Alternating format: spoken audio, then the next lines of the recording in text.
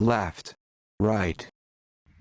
This was a fun episode. We were talking about cities of the future. What are cities of the future going to look like? What's the technology that's going to be integrated into the literal bedrock of the cities in the future? Listen, let me know you're here. Send a comment. Give me a thumbs up. Give me a like. Subscribe if you don't mind. We appreciate it. Enjoy the show. This is SipTalk. Grab a drink and enjoy. Where's this going?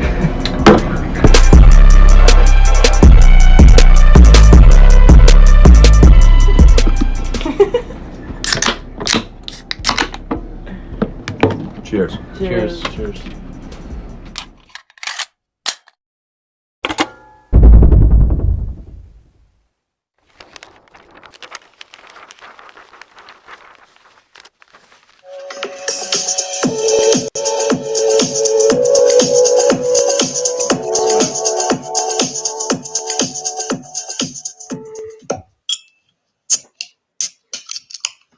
Yeah, I was about to open Excel and give it a shot, but I gave up. But look, I figured doing a crude drawing with graph paper would work just as well. you need a long piece of graph paper. Welcome to Sip Talk. We are now live. This is episode 211. My name is Justin DiGiulio out of my basement in New Jersey, joined by James, the Boswell, philosopher, professional bartender, retired professional referee, most exciting of all, accountant. James's biggest handicap is that he's always correct. James, how's it hanging? I'm feeling particularly handicapped tonight.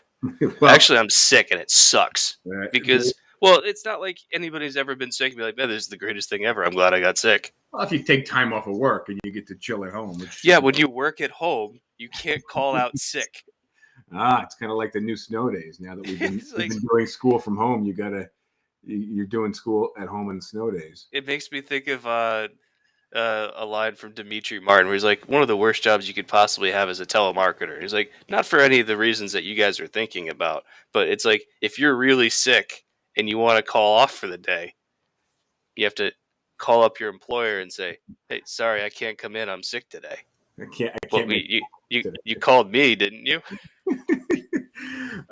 So we're prior to us going live here, we've been talking about cities of the future. That today is going to be our topic. We were discussing as we came on air the city called Line in Saudi Arabia. It's called Line City, yeah. Neom, Neom.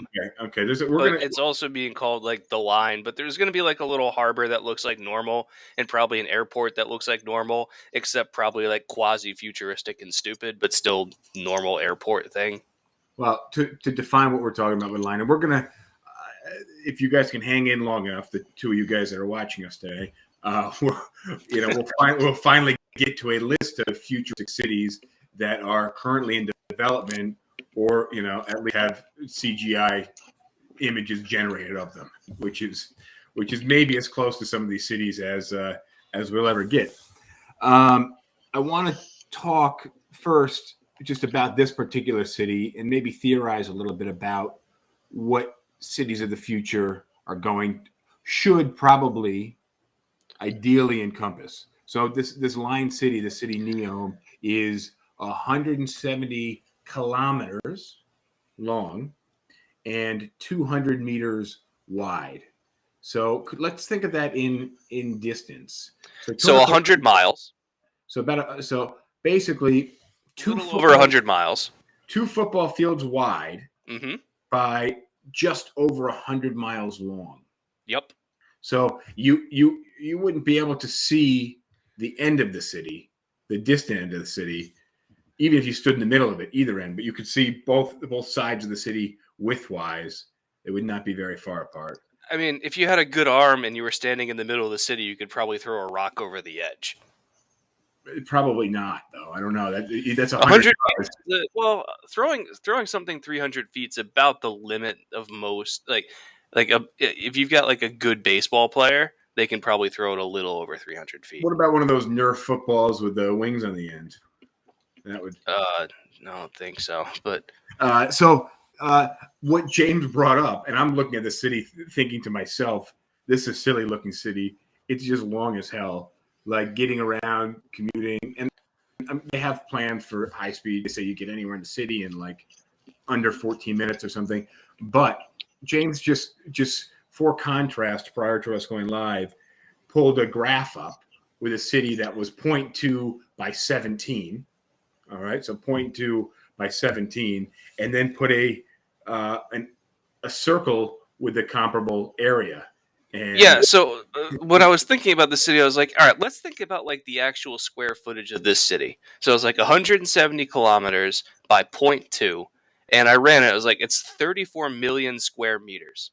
So I just plugged that into the circle, the area formula for a circle. I was like, if we were to take that instead of making it this ridiculously long line, how big of a circle would we need to contain that same amount of square footage or square meterage? which roughly a general city is loosely based off of a circle, just in the terms of there being kind of an epicenter of Right. activity. So I was like, if we were to just take all this stuff that we're stringing out into this really long line and made a circle that contained all the same stuff, how big would that circle be?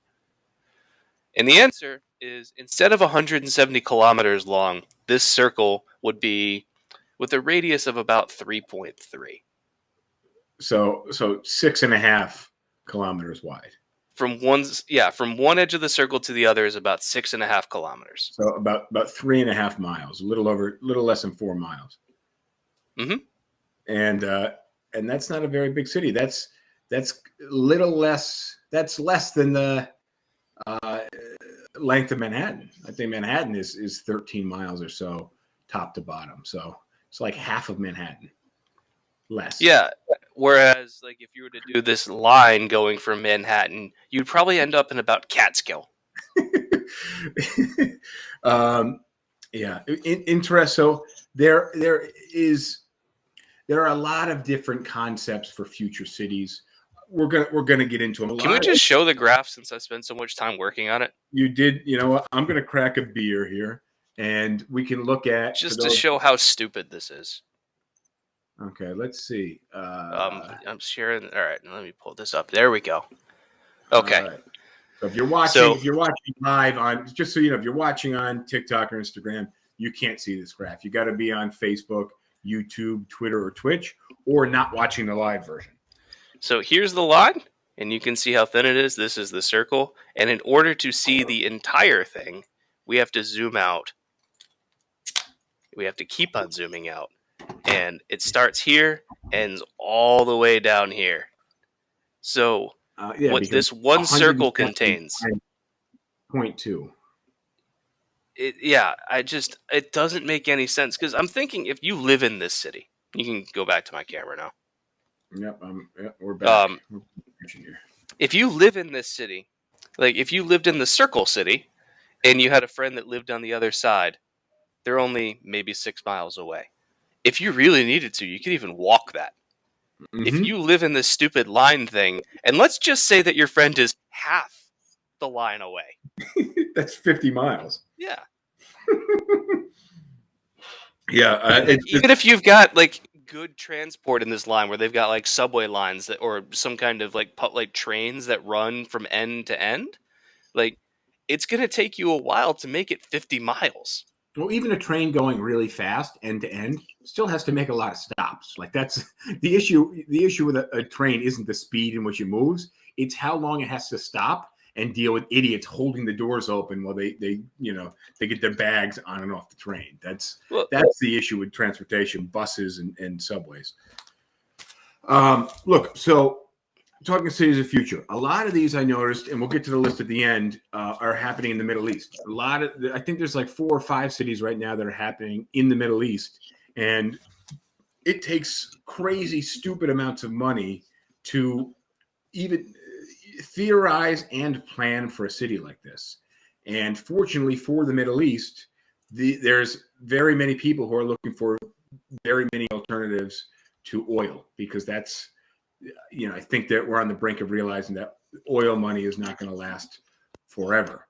And one of the cool aspects of these cities is they're also looking at alternative energy supplies. So I think that's an interesting aspect of future cities, whereas the majority of the current cities that we have are based on some version of oil, even if you just back it up far enough to our power supply, which is vastly fossil fuels.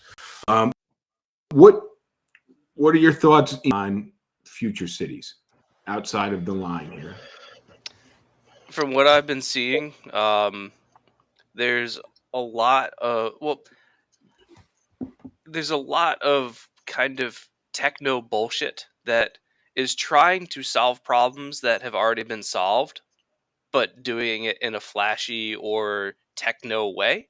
So when you think about how do you move people around a city the best, we pretty much already have the answer, which is subway or light rail throughout the city. And the shining example of this is probably Tokyo. Okay, I've been on the Tokyo train system before. Like the Tokyo system is known for being like really efficient, both in like the way it's designed in terms of where are the stations and where are the places of interest. They line up really well, but it's also known for just being on schedule and fast and affordable. So it's very easy to get around Tokyo. Now it's a maze. Like you need to learn the map and it's not easy to navigate if you've never looked at it before. But like it's very easy to get from one place to another quickly in Tokyo using the metro. And it's also good at moving millions of people every single day. It has a very high throughput. And so one of these things that you see all the time in all these different like CGI projects is like all these like various versions of autonomous things or pods where like the nice thing about a train is that each car can hold like 100 people. Whereas with these But pods, they hold like two or three, maybe four. And so, in order to move the same amount of people, you just need more pods than the system can even hold. So it's just cars, but with a different name and shiny, yeah, and it's all and you see this kind of like podization of all sorts of things. You see it in like cargo where they talk about like autonomous rail cars where like there'll be like a battery powered individual rail car that moves one thing and that just isn't efficient. Like the whole thing that you want to do whenever you're dealing with the system is like you want to have a system that goes from like a big macro level and then kind of branches out into ever finer things. So think about like your circulatory system. This is actually a really good example. You've got your heart that powers everything, and then you've got really big veins that go out of that, and then they periodically branch off. And the farther you go away, like the more branches are, and the smaller they are. yeah, but your heart isn't capable of sending blood to only one of those places, and it doesn't need to be because that's horribly inefficient. hmm Uh, one of the But when notes it that I comes to have, designing cities or any kind of distribution network, you want to have a similar model where the farther you get away from the source, the smaller the channels are. but yeah, but with the poditization of Well, with the poditization, you're basically just like doing capillaries from the heart. I think that's my point. Yeah, and that's not efficient whatsoever. I think what I've seen, I think there's a good chance because when we're theorizing future cities, what we're theorizing on is about technology that we don't quite have in our grasp today, right? So, the way is you've booked a trip and you've gotten underway without a hotel booked, okay? Whereas I think the alternative look to building a future city is you've decided to go on a trip and you don't have the means of transportation to kind of get moving yet. And some of these cities I feel like are kind of cut off with really not knowing what the city is going to be based on, if that makes sense. If you're basing a city around individuality and pods, it doesn't work in the long run. I think what we'll see is It doesn't that scale either. well, I think what we'll see is some of these cities that we theorize and start building just never come into fruition, or are just so sub par to the rest of the cities that were planned better. They don't have a shot to last through history. From what I was reading today on future cities, a lot of them account for flying cars and individual commuting, which is exactly what you're talking about. This one, we already did an entire podcast on how unlikely flying cars are. Okay. Yeah, there's plenty around that. Go ahead. And yeah, especially like if you're looking at like flying transportation within a city by like autonomous pod drones or whatever. Like, so think about, have you ever been around like one of those like quadrocopter drones that are, maybe like 3 or 4 feet wide? Even half the size. I know the point that you're going to make, but go ahead. So you're saying 3 or 4 feet wide. I'm saying 1.5 to 2 feet wide. And what's the issue with being around one of these quadcopter drones, James? So how much do those things weigh? 5-10 pounds? Tops, yeah. How much noise do they make?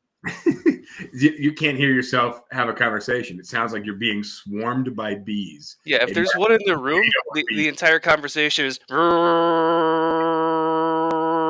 That's all you hear. That's all you hear.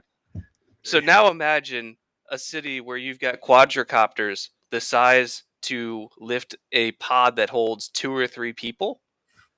And the sound that those are going to make if you've got dozens of those in the air that are carrying 10 to 20 times at least the mass of one of those small drones. So let me ask you a question. We never talked about this when we talked about drones in the past, and I haven't tested this, but I have a couple of kind of small drones here that aren't particularly expensive. I may do a little experiment this weekend. So you got this quadcopter. You got 4. We got to get back to cities, but I just this is what you're seeing. We gotta. I just want to ask and propose this question. So you got this quadcopter, meaning 4 blades effectively. They're spinning. What happens if an engine goes out in one of those blades? I can't remember. 3 can hold it. Yeah, 3 can. Like if you have like it well programmed enough, then you'd have to shift the way that the load and the balancing works. But like one engine going out shouldn't sink it. I would think you probably would be okay as long as you don't lose 2 or more engines. I think potentially with 2 you might be okay in terms of going up and down, but not propelling forward and backwards. So, and it depends on how they're gimbaled. Well, here's my plan. I got a BB gun, and I got a couple of these mini drones. So I may play that out this weekend and see how that comes together. If you do this, you need to have a beer in your other hand. Like, just I'm flying drones and like I'm drinking a beer and taking pot shots at the drone. I mean, I probably won't do this, but I like the idea. I like the concept of me doing it over the weekend. So I only like the concept if you're like close to blackout drunk. So we've got future cities, pod-based cities, drone transportation. And that's something also to consider in future cities is the transportation of delivery goods and food. I would say in 2023 there will be more people that order delivery food than in any other year prior, and likely a combination of some of the highest most years. Let me ask you a question. When you were a kid, when you were 13 years old, how often did you order delivery? I remember we would like most times in high school they'd come over to your house on like a Friday night and we would order like a Papa John's, but I feel like we picked it up. So maybe when Papa John's, we started ordering a little more delivery when I was in like late middle school, maybe high school. Because it was like Friday night was pizza and movie night. But even not accounting for Papa John's, we ordered Jimmy's Pizza and drove to the pizzeria, picked up the pizza, and drove it home. Because it was only like a 10-minute drive. And that was very common to pick up your food at the restaurant and save yourself the $3 tip or the $2 tip or whatever shitty tips people were giving back then. Yeah. In terms of like where I lived and everything, like we almost never got delivery. Like we would always pick up. But I will bet you that there's a great number of people that are living on the mountain that you grew up that are ordering food at least once a week right now. Probably more than there were 10 years ago. Or Uber delivery or DoorDash. So a city has to be able to get these goods to the consumers. And I think our current system probably could stand some upgrades where we're sending these giant. So you know what's funny? The very thing that I was railing against 2 minutes ago, I'm actually going to propose as a solution for the problem that you're throwing right now, which is for something like transporting 5 or 6 pounds of weight to some location, like a small drone actually works really good there. But one, it's a small drone, not like a human-sized drone. And those aren't going to be adding the noise like. But now you have to think, what are some other needs that a household or an individual may have 70 or 150 years from now? And that's why that's why I said taking a trip without having booked the hotel, okay, or taking a trip and not having planned the vehicle in which you're going to take the trip. Those are kind of two ways you're planning your future city, because there are too many variables with future technology that are very difficult to account for, right? You take the buildings that we have in Lower Manhattan, and all these financial companies are leaving them because they just don't have the capacity for the infrastructure needed to run the wiring and run the cooling for all the technology and the servers that need to be on site in that building. So, obviously they couldn't have conceived of the internet 95 to 120 years ago when they were building these buildings. And that's a current problem that we're facing today. And, that's why a lot of these companies are leaving that area. So how are we building cities that are going to withstand the test of technology over time? I just struggle to imagine what needs are going to arise in 100 years that aren't present to some degree or another today. Well, on that note, though, we're defining them as needs. I don't necessarily think they are needs. And I think that there will be a small subset of people that will be perfectly comfortable living in lower technology. Right. But if you talk about, for example, food delivery or just food and goods delivery, like the desire to have things delivered to your home or apartment in a city, that need's probably going to continue to grow. Yeah, I mean, I think now, like, if I could just have like a gallon of milk, a dozen of eggs, a half loaf of bread, a couple pieces of protein delivered to my house weekly, like I would go shopping very infrequently, only for special people. Yeah, and think about, what the solution was in like the 1950s for this? Delivery guys, I don't know. Is that where you're going No, with this? pneumatic tubes. So that actually is in my notes here. In Sweden, they have a system they have public garbage cans, and it basically gets sucked out of that garbage can into a vacuum tube below and exported from the city center. Just like when you go to the bank ATM and you put your money, or your signed checks in that little tube, and it seals and shoots to the teller on the inside of the bank. I think there's a good chance that might be a technology we will see incorporated in some of these future cities. It would be dumb if they did. Well, and why are you going to say that? Because I think you're going to get to Well, there's a big difference between, like, so if Sweden uses like pneumatics to transport so you've got garbage cans at the street level, and then like they're connected to like a tube network below street level, and when the garbage reaches a certain level of fullness, like the bottom drops out and it goes into like the pneumatic tube system. That's, for one, there's a relatively small number of nodes. Mm-hmm. Where for every block you might have 1 or 2 nodes, right? Well, but you've also got one direction of flow. That's also true. But yeah, even if it's bidirectional, where the garbage could shoot up into the garbage can, that doesn't affect my point all that much, which is that at every block you've got 1 or 2 of these things. Mm-hmm. So it's not a terribly complex system. Whereas if you were to try and do this for every unit in every building, like it's orders of magnitudes more complex. Well, even building to building, but that's still likely more than just Right. one or two But buildings. imagine you had some kind of centralized system and then it branches off into every building, and then in every building it branches off into every unit. And so, like, think about how difficult that would be to build. Well, I think to put it more directly, you have too many multi-directional intersections or nodes. And also, if you're burying this underground and there's a jam, then you create something where you have to tear up the street, or you don't know where it is and you have to tear up the city block. Yeah, it's a maintenance nightmare. You're adding to the complexity underground. There's a reason why. And it's the same thing, even if it's inlaid in the building, like, and something goes wrong, you've got to tear out the walls to wherever the failure point is. You know that I don't know if my current office building does, but when I had the other office, I know that we had a mail chute, and each floor had a little slit in the wall, and then a tube underneath that, and you put the mail in there, and it would slide down to the bottom.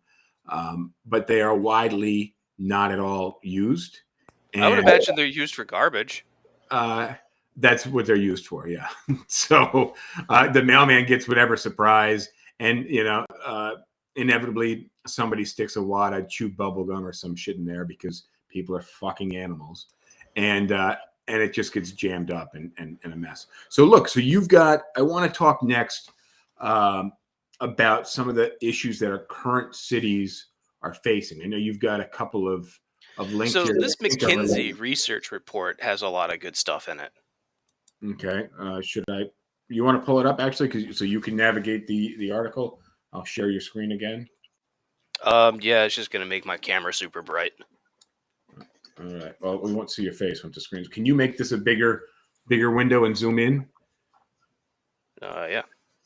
Okay. Yeah. Just yeah. There you go. Perfect. So this graphic, I don't even understand what it is. Well, what's the relevance of the article first? The thriving amid turbulence, imagining the cities of the future. Okay. So for me, I skipped over a lot of this stuff because as you are now. So what were the things, James, that you did pause and reflect upon? Well, this graphic here, Okay.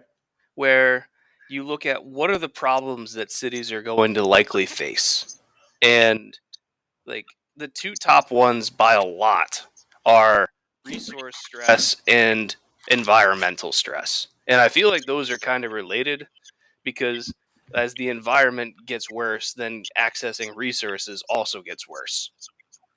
Because it, like with climate change and stuff, if you've got drought, then that's going to make it harder to get water, which is necessary for the city.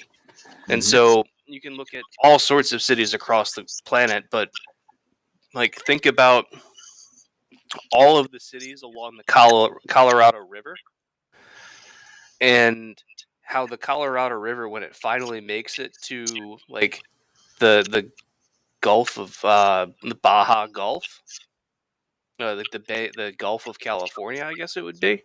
Like it basically is dry by the time it gets to where it naturally ends, because so much cities and agriculture draw from the Colorado River. And that problem's probably going to continue to get worse if current weather patterns continue. And if we continue to increase demand, which they're actually trying to find ways of reducing the demand, and I think like all the states, as part of like the Colorado River Water Pact, have to drop their usage by like 20% this year. That just happened. Interesting. That's news to me. I haven't caught that. What else is on this list here? Well, high social stress. Cities are vulnerable. Stress. Cities are vulnerable to these types of stresses, and then cities by stress vulnerability. That's a percentage, and then city GDP growth. Okay, so you got resource stress, environmental stress, and what else? Social stress, and that's going to be either bad government, crime, poverty, unemployment. So I guess think about a city like, I don't know, Mexico City, where there's a tremendous amount of poverty. the government isn't very strong because of corruption and just kind of the undercutting of the government by all the cartels. You've got high unemployment because the country's economy is kind of rough. You've got high crime and like the infrastructure of the city. If you've ever looked at a map of Mexico City, it's a mess. It like people that can navigate around Mexico City amaze me. Well, Like if that's poor city planning compounded over time. Mexico City also has resource and environmental stress because it was built on a lake bed, so it's sinking at some crazy rate every single year. So like a whole bunch of buildings and their foundations are under massive threat because like they're sinking, and it has resource stress because like well, it gets a lot of rain, but it also floods a lot because it's in a lake bed. And so it's like it might get some rain, but it's very hard for it to actually use any of that water because the water's flowing into the city, not into a reservoir that the city can use. Yeah, yeah. Um, What else? What else do you have on the list here? so we've got this graphic here talking about like new technologies that are going to change the way that cities work. And for me, the important ones here are going to be 3D printing is going to be, it could make maintenance a lot easier because if you design a city in such a way that like a lot of its systems are all 3D printed, then when something goes bad, like your maintenance techs could be as simple as like they scan a barcode on whatever thing they're repairing and it pulls up schematics, and then they could have a 3D printer that they brought with them as part of their maintenance truck or whatever. And then they've just got the raw materials of raw plastic or raw metal in the truck, and they can just 3D print a part on site. So I think that there's a possibility for using technology in a good way. Autonomous and near autonomous vehicles. I've voiced my opinion on this one widely, which is so long as you have a mix of autonomous and near autonomous vehicles present a tremendous danger to people. Yeah, You need to have a saturation of autonomous vehicles at like greater than 95 to 99%, in my opinion. I think we'll get there pretty quickly. I think. I really hope we don't. I mean, I'm not looking forward to it. I enjoy driving, and I also think as the human driver, the predictability of an autonomous vehicle is going to be it's not going to move like a human would, yielding for itself effectively. If you can assume that if there's another car that something's happening with it, they're looking out for their own safety. So you can plan on the moves that they make to prioritize that vehicle itself. Whereas an autonomous vehicle may not think like that. It may think for the greater good of a different vehicle and not prioritize where you expect. Well, it's also autonomous vehicles are notorious for misidentifying threats. I think this was in San Francisco where an autonomous vehicle was on maybe like the Bay Bridge and like misidentified some kind of thing, maybe like a paper blowing from like across the bridge or something, but like something that wasn't a threat that a human wouldn't like brake for. And so from like 50 or 55 miles an hour, the autonomous vehicle slams on its brakes out of nowhere and causes this major wreck because all the other drivers are paying attention to like what's going on, and whatever this vehicle identified as a threat, all the other drivers are like, oh yeah, that's just like a cardboard box or something that fell off a truck that's empty and blowing across the road. I don't need to brake for it. And now all of a sudden, like this vehicle that's in front of you that you're not aware is autonomous just slams on the brakes. Just slams on its brakes and goes from 55 to 0, and you slam into it. And then the car behind you, and then the car behind it. Yeah. No bueno. So they talk. The chart that you have here continues to talk about mobile internet, the Internet of Things, cloud technology, advanced robotics, advanced materials, which is again that's in the scope of kind of planning what you're not ready for effectively. Renewable energy, automation, knowledge work. You lost me on that one. Intelligent software systems that can perform knowledge work tasks involving unstructured commands and So so I on. think that's more like the AI thing of like Yeah, with Chat GPT, where like you give it kind of a vague prompt and see what it comes up with. So it would be, I don't know, like perform. I'm just trying to think of something that in the future you'd be like, AI, solve this for me. Like, AI, design this bridge. no. How about traffic flow? Like to a degree, we use computers to optimize traffic flow, but I don't Oh yeah, necessarily. like with the sensor, like the sensor intersections and stuff. Yeah, but I don't think they're that smart, and I also don't No, think they're learning, right? Like I don't think I think there might be some automation, but I don't think it's intelligent and learning. So it might be referred to as the AI, and if you work for Department of Transportation in New York City, maybe you think it's cutting edge, but it's not. It's not learning, and it's not intelligent. no, it's better than just an A guide intersection guessing. that is always timed to the same amount of 30 seconds this way, 30 seconds that way, where like it can recognize that there's more cars on one side of the intersection than the other and lets more of them through with like 45 seconds and 20 seconds instead of 30-30. I don't know. But it's still not like, yeah, I'm with you. It doesn't really learn. This is the list that I kind of centered on Okay, is so hit this list, and then we'll hit the slime and the pipes. so yeah, these are the characteristics that the McKinsey Institute says like cities should be striving for. So a work environment that attracts the best global talent. And like some of these are just kind of like buzzwords to me. They're like, no, we want the crappiest workers. No, but like when they pushed Amazon headquarters out of Long Island City, which more industry or not, but I just thought it was a silly reason that they pushed it out, and I couldn't even tell. I couldn't make out whether or not it would have been a net positive or a net negative, but they just pushed it out because they didn't want whatever happening to that area. By the way, Long Island City is just an industrial zone that they're basically phasing the land into luxury high-rise condos.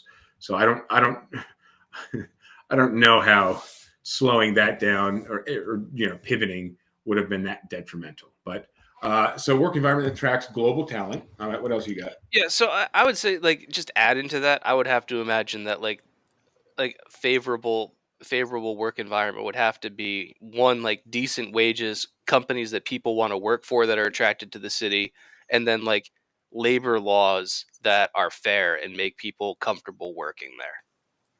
Well, I think if we're attracting people, I think the labor laws are going to be at the other end of the spectrum. Not necessarily, not necessarily in line with what's attracting people to the city.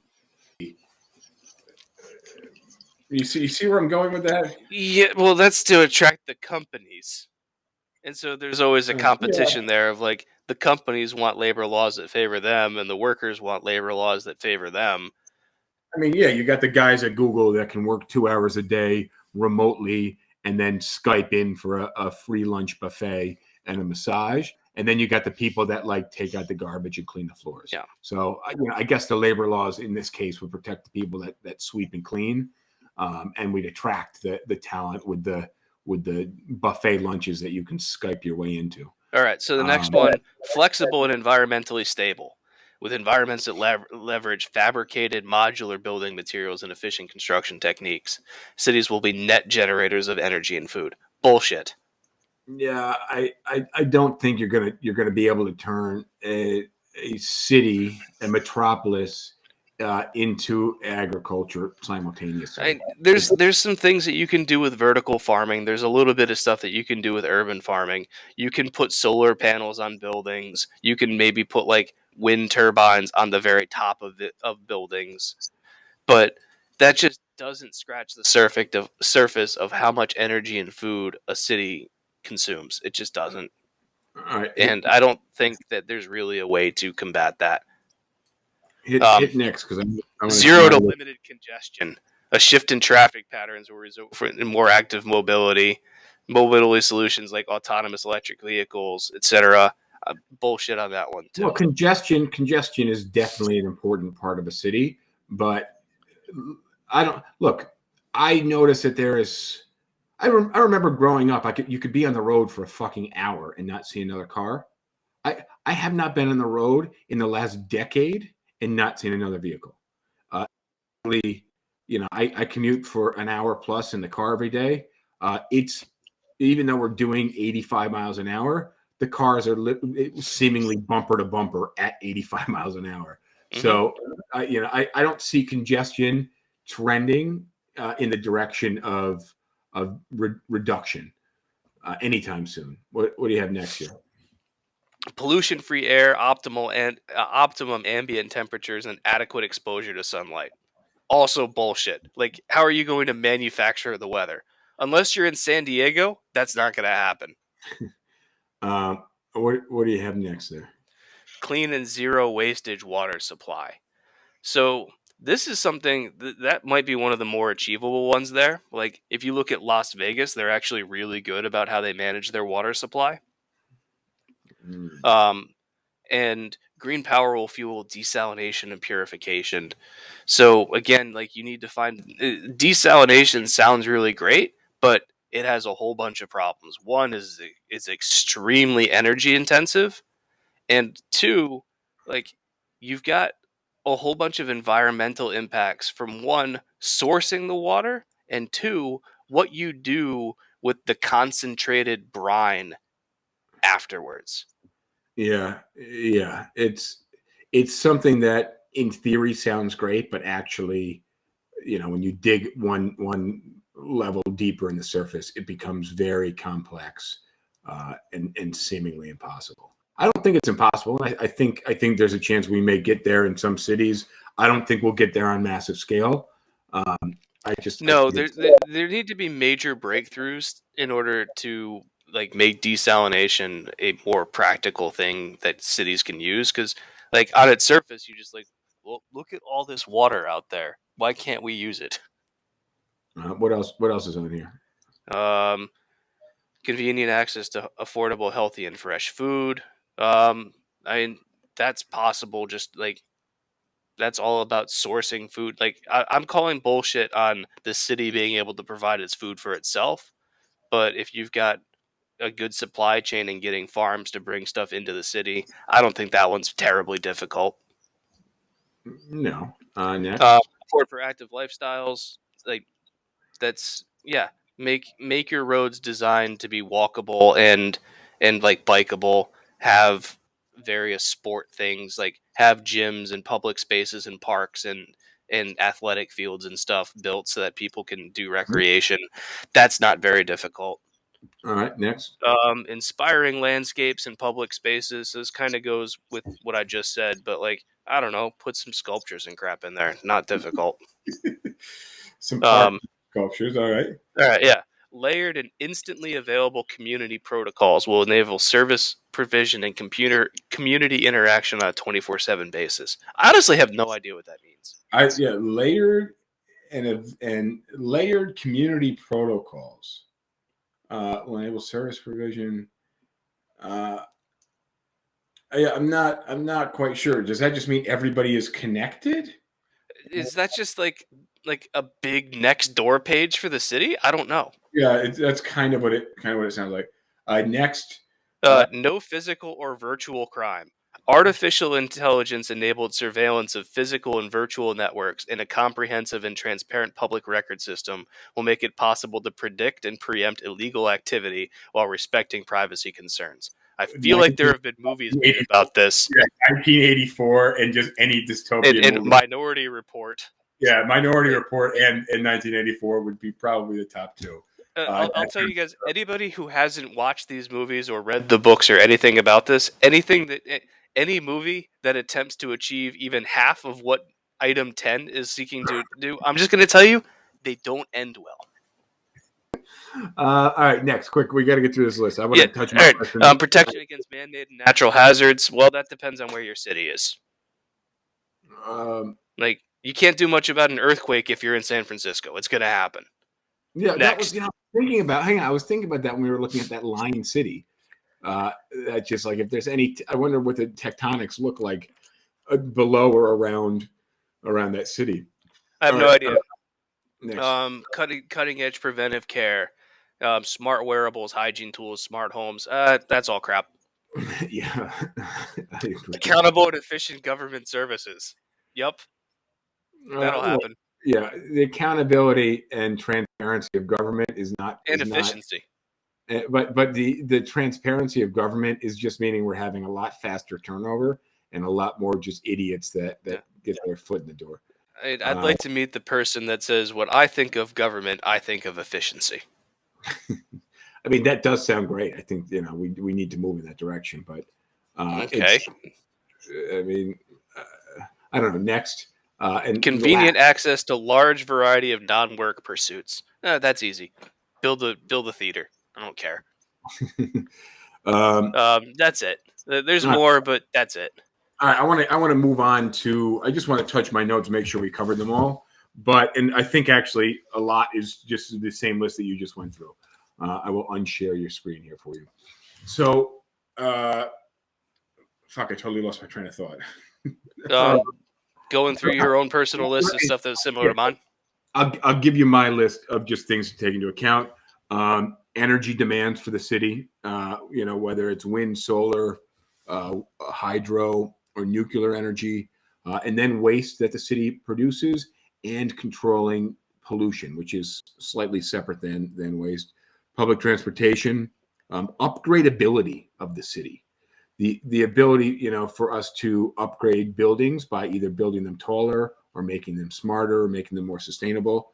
The government, having a good city government. There's right now a lot of cities that are just not going in the right direction governance wise and legislation wise.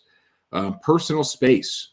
The thing is, as you cram people together, people still want to have that personal space. And you talked about some park spaces, some green spaces, but also size of apartments. You can't just cram everybody into a micro apartment and just think because they have a place to sleep that's low in cost, they're going to be happy. And then not everybody wants to be sleeping in a coffin. But you've seen those pictures from like Japan and Hong Kong, right? Yeah, there's actually, and I don't know if we're gonna see it in the article I have here to share with those futuristic cities, but a lot of new cities are just kind of planning on very small spaces for people to live. And I can tell you, having seen a lot of the new construction buildings in Manhattan, those apartments are small. And then the buildings, to compensate for the small apartments, the buildings have big gymnasiums, rock climbing walls, basketball courts, big common areas, movie theaters in the buildings, but the apartments themselves are half the size that you would even expect. And then the last one on my list is just water. And I think that's going to be a really big issue just as global population increases and kind of disperses out of the cities as well. Whereas demand for water is going to change just in terms of density of demand, and water is going to be maybe the single the single biggest issue, not in this century but in the next. Yeah, I mean, having water to drink that's not contaminated, and getting it where it needs to be. You know what my number one issue for this century is going to be in terms of like resources that we're scarce on? Fuel? I don't know. Oil. Oil? You think? Yeah. I think oil is going to be the biggest issue of the next 70 years, and then the next 100 years after that, it's going to be water. Because after 70 years, we're going to be out of oil, and we're like, all right, well, we got to solve this somehow. I'll drink my beer in the meantime. Yeah. Made with water. All right. Yeah, and then reintroduce water to the environment. All right. Let me open this article here. All right. So this is from DZen. Actually, I'm gonna have to do some moving. Oh, come on. Moving. Really quick, what you were talking about, like the whole idea of like booking a vacation without having the hotel like planned. So there's another one of these city projects called Tolosa that has all this fancy CGI and everything else. And Location currently being scouted. Yeah, I think that might be on my list here. All right, let me throw us back in full screen here. So this is from dzine.com, which is I couldn't do much great navigating on this website. I was really not happy with how it was to navigate on the website. Yeah, for a website that has design as its like Title. Yeah, it's trying to like play on words with design, and apparently its design of the website is crappy. No, it's just navigating around the website was really tough. 10 futuristic cities to be built around the world. Let's see. You got the as a 170 kilometer long mirror megacity in the Saudi desert makes headlines. Here are a roundup of 10 futuristic cities currently being planned across the globe. Global issues such as housing crises, climate change are galvanizing ambitions for a new generation of high-tech cities. The Line, 500-meter tall skyscraper, will house 9 million people in northwestern Saudi Arabia, as this video below, which we're not going to watch, the screenshot here. Well, this is one that we've already talked about. Yeah, this is the Line, Saudi Arabia, where the Saudi Arabian government unveiled plans for the 170-foot long, 500-meter tall linear, so it's just one long line, as part of the Neom mega development. With an expected population of 9 million people. They said that they're going to connect the two ends within 20 minutes. But that's, if there was no stops and you were going... Well, no, hold on a second. We need to think about that for a second. Because if you need to get from one end to the other, you need to travel 100 miles in 20 minutes. That means that you need to somehow travel at 300 miles an hour, and that's with no stops. Back to the tubes. Back to put people in the pneumatic tubes. That's a great idea. All right, but you look at that picture there. It's mirrored on both sides, and it's a funky city, and you're not just living on the top like the Great Wall of China that you walk along the top. You're existing in the tiers of the city and the different levels of that 500 meter tall. Yeah, think about how crappy it is in the bottom floors. I mean, in any building now. All right, and then we have Tolosa, and this is in the USA. No, it's not in the USA because they don't have a location yet. Well, let me go on here. Danish architect Bjarke Ingels and his studio Big are master planning Tolosa, a city for 5 million, set to be built from scratch on an as yet undisclosed site in a U.S. desert. It's a project of idea. The project is the idea of billionaire entrepreneur Mark Lohr, who hopes it will become the most sustainable city in the world, given they don't have a location yet. And that's... Yeah, and also, like, if you're choosing a location, why in the world would you choose the desert? I mean, that's... I suppose if they're not like looking to put a dent in the forest or something like that. No, but like, why would you choose the desert? It's like it's really difficult to do things in the desert. That's why people don't live there. That's it's a. I mean, the only thing that's great about the desert is it's cheap to buy land. Why is it cheap to buy land? Because it's useless. Nobody wants to do that. We got to move. We got 7 minutes left here. Biodiverse City, Malaysia, also designed by Big. A 1,821 hectare development of 3 artificial islands being built offshore of Malaysia's Penang Island for the state government. Lily pad-like islands expected to house 15,000 to 18,000 residents and be connected by autonomous transport network. Next is new administrative capital, Egypt, designed by SOM. Which makes me think so the Malaysia one seems like the least dumb one so far. The Egypt one is dumb. Egypt is building an entirely new capital city for up to 7 million people in order to relieve congestion in rapidly growing Cairo. The architecture firm produced a master plan for the privately funded project, and it'll cover 700 square kilometers and feature one of the largest urban parks. Interesting. Let's see. Then we have Amaravati, India, designed by Foster and Partners, set on the banks of River Krishna. The city of Amaravati will act as the new capital for the state of India. For the, Andhra Pradesh state of India. It's arranged around a needle-like top. It literally looks like, I don't know. I don't even know what you would call that, but it's a goofy-looking building with a very tall spike coming out of the top. 60% will be the central district will be covered by greenery or water. I think that makes it really difficult to make those places able to be occupied, right? I mean, especially if you're covering them with water. I don't know, though. A smart forest city in Mexico, designed by Stefano Bori Architetti. Italian architect Stefano Bori is working on plans for a forested smart city near Cancun. And it will contain 7.5 million carbon-absorbing plants and trees across the 557 hectares, designed to house 130,000 people. Well, at least that one's like a reasonable population target. Yeah, that's one of the things about these cities is they're expecting 8 million people. Like the population density, they're not that big. Some of these places, which is wild. 130,000 people does not sound crazy.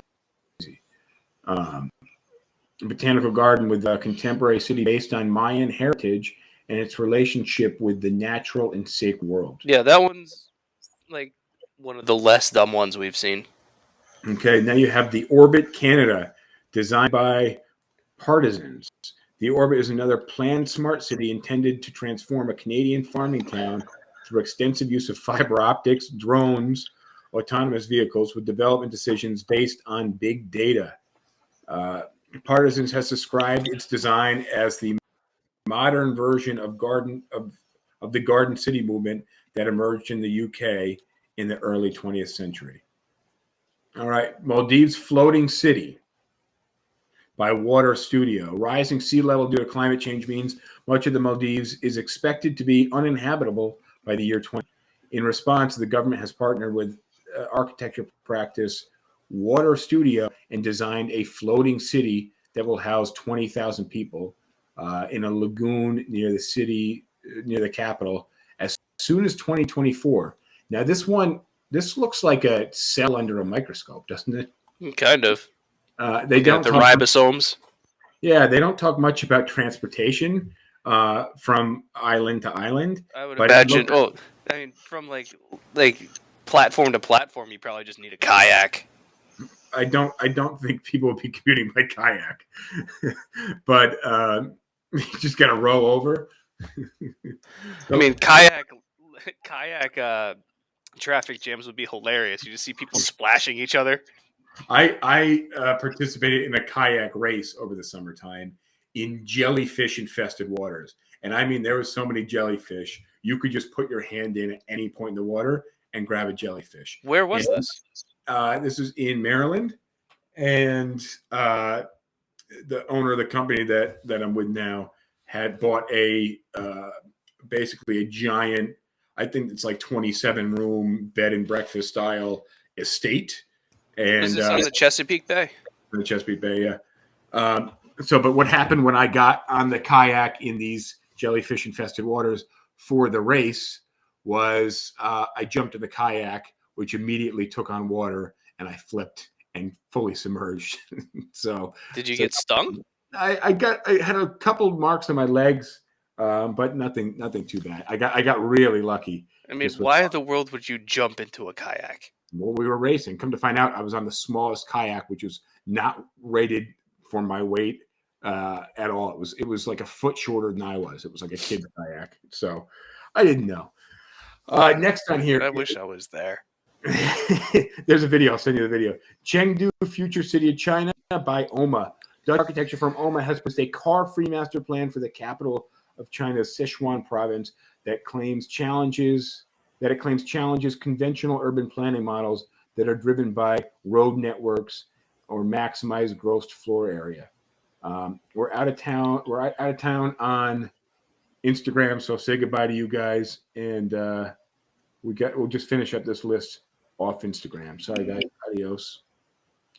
Let me stop my timer. I'll talk a little slower on this one. Set to occupy 4.6 square kilometer site, which is not very large at all relative to the rest of the other cities. Chengdu Future City will instead focus on the land's rolling topography with 6 different zones designated to blend in with the surrounding landscape. All buildings in each zone will be accessible by foot within 10 minutes. This is probably the least futuristic city if you're able to, if they're planning on you commuting by foot. Yeah, but remember, they're going to be split up into 6 zones, so it's only within each zone that it's 10 minutes. So it's not like you can walk from anywhere to anywhere within 10 minutes. It's anywhere within your zone. All buildings within one zone. Okay. And then here's the last one on our list, also in the U.S., Innovation Park by El Reggiane, Ray Chane Architects, and Tom Wiscombe Architecture. Cryptocurrency magnate Jeff Burns plans to develop part of Nevada's desert into a smart city powered by blockchain technology. Yeah, this sounds very unlikely. I don't know where they're going with this one. With the help of architecture, Erlegiani, Ray, Chani, that's a mouthful. Intends to transform the 27,000 hectare plot into a community where people can bank, vote, and store data. Okay, every other city has places where people can fucking vote and bank. You're missing the last part of the sentence, which is important. Store their data doesn't sound like no. Without involvement from governments or third parties. All right, so you're going to bank an unregulated banking. Here's what I want you to think about. Not only is the whole so you make a good point about is unregulated banking a really good idea, but I'm going to bring up another one, which is think of the type of people that would be attracted to this proposition, and then think, do I want a city full of them? I mean, unregulated banking, unregulated voting. Here's what I'm thinking. Is in a city based on data storage that is also unregulated by government.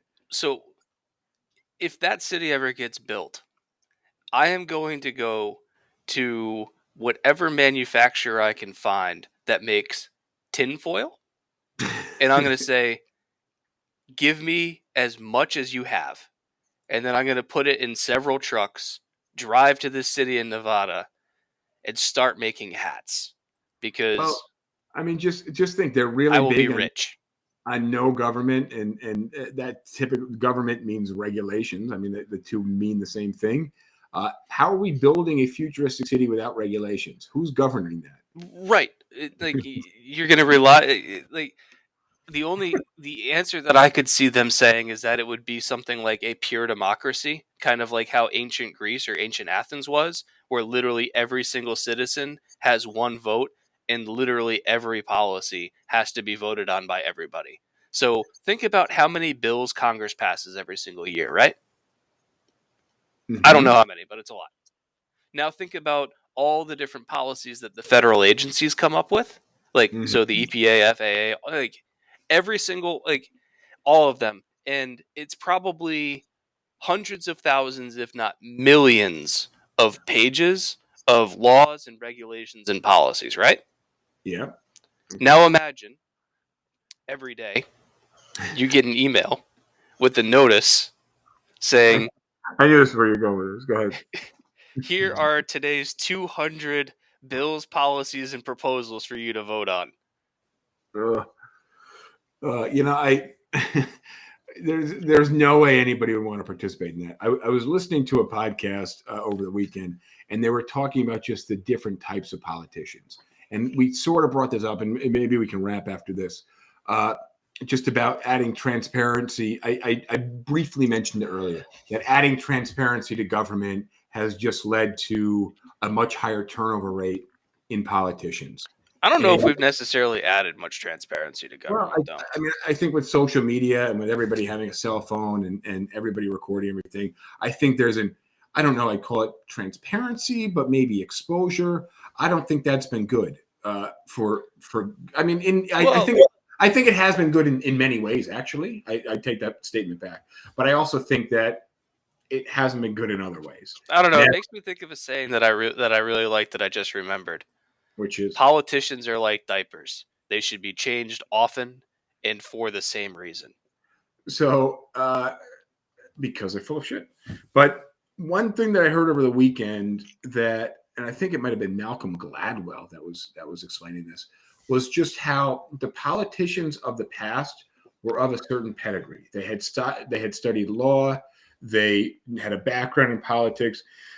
They knew the certain ways and workings of things. Whereas a lot of the newer politicians that we have now, and not that this is necessarily bad, but they aren't of that certain pedigree and they don't know the certain ways and workings of things. And that just kind of adds for a bit more of a shaky system. It's like when you have politicians voting on laws regarding the internet when they don't even know how to open a browser.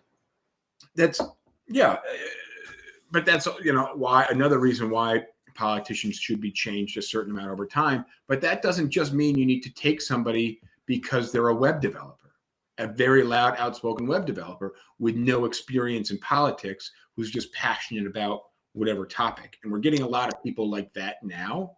Well, that are running on the fact that they were, for example, without naming names, a poor waitress who is now fighting for poor waiters and wait staff.